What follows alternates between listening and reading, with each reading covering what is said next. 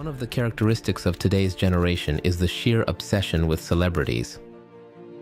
For example, every year, during the Academy Awards ceremony, 30 to 40 million people join the viewing party to watch actors and actresses from their favorite films receive well-deserved awards for excellence in various genres of filmmaking. We call it the Oscar Movie Awards, and a lot of people are just excited about this event.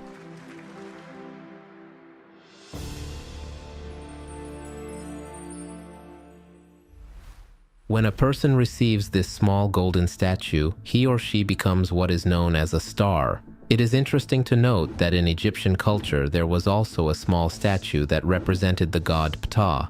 When an Egyptian king died, it was believed that his spirit entered Orion's belt and then became a star. Do you think this is just a coincidence, or is Hollywood really still following the example of the Egyptian gods? There are many other awards and award ceremonies that are held throughout the year: Grammy, Emmy, and others. They focus on different aspects of the entertainment industry, but they are all essentially the same thing.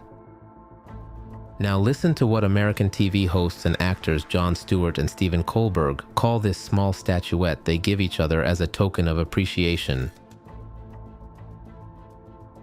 Thank you very much. It's a pleasure to be here tonight. Good evening, godless sodomites. What are you doing? I'm telling the truth, John. We're in Hollywood, right in the beast's lair. Can't you just read from the prompter? I'm reading from this prompter. But you can read this platitude. Do you think that your jokes are not banal? Reality TV pays tribute to the man, illuminating the extraordinary in ordinary people. We are here to celebrate your achievements in this category, Giving you a golden idol to worship. Kneel before your god, Babylon. Someone will say, maybe Stephen Colbert and Jon Stewart are just joking. For sure, it's just pre-planned, not very funny humor, nothing more.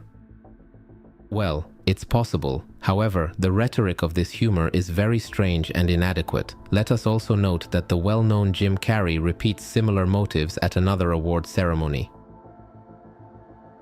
Good evening, ladies and gentlemen. I'm here tonight because we all have to pay tribute to the American icon, actor, director, and one of my personal heroes, Mr. Clint Eastwood. Another important reason for my being here is the fact that American Film Institute generously rewards me with $20,003, which makes me the highest paid and perhaps gives me the illusion of grandeur, turning me into the king of all Babylon. Again, there is a reference to Babylon. What does this even mean? Babylon, in translation, means gate of the gods, and also, its other meaning is often emphasized: the process of mixing. In the Bible, Babylon is not only the name of a city and then an entire empire, but also a symbol of the entire sinful and apostate system of the world. Certainly, a few expressions, even of popular actors who identify Hollywood with Babylon, are not enough for any serious conclusions. However, this is only the beginning. When actress Kathy Griffin won an Emmy, she made it clear who her god is.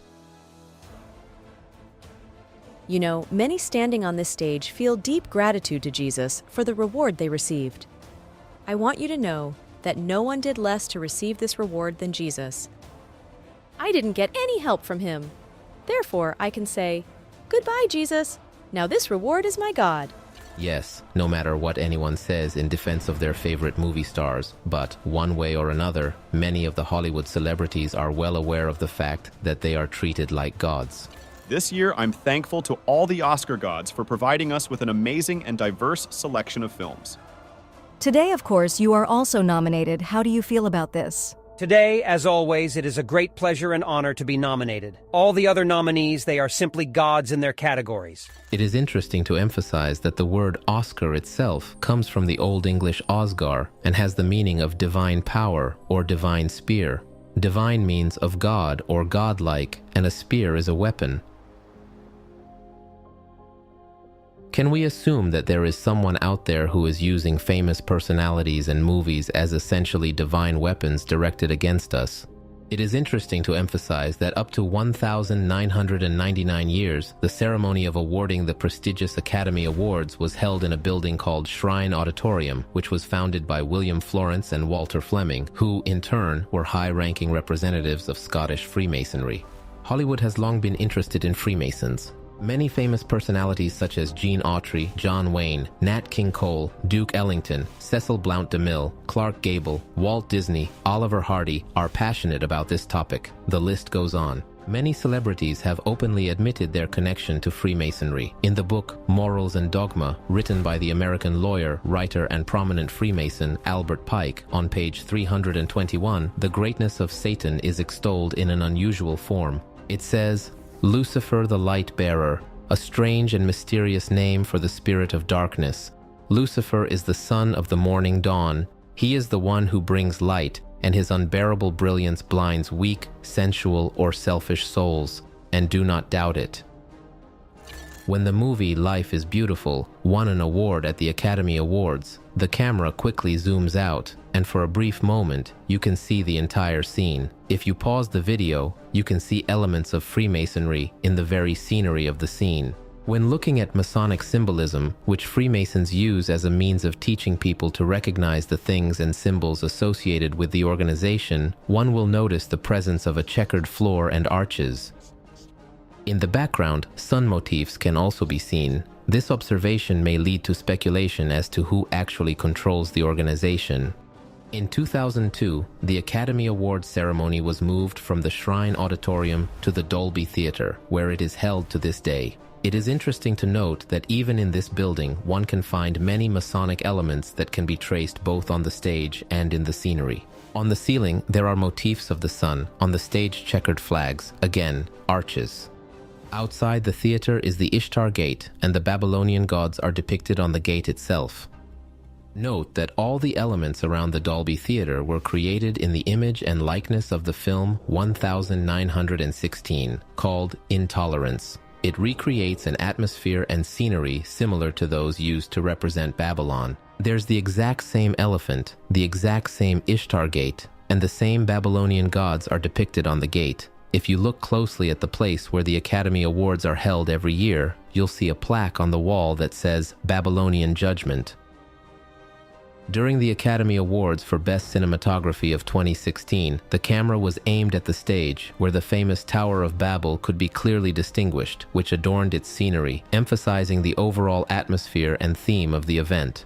So, in all likelihood, all of these celebrities know exactly where they stand. While many people around the world admire these celebrities and openly call them their idols, we should remember the advice Jesus gave and heed it. Verse 8 of Luke chapter 4 says, "It is written, Thou shalt worship the Lord thy God, and him only shalt thou serve." Dear friends, each of us needs to personally decide what to watch, what to listen to, how to relate to Hollywood, the Oscars, and other things. We are only providing information that may be helpful in making your choice. Indeed, in our time, it is extremely difficult to completely abandon watching movies and cartoons. Some people believe that, in principle, there is no need to give up any content, since nothing can have a harmful effect on a born-again Christian believer. In my personal opinion, keeping in mind who really owns the film industry of this world, we still should not ignore the cunning of the enemy, and it is better to activate powerful filters to select the content that we consume.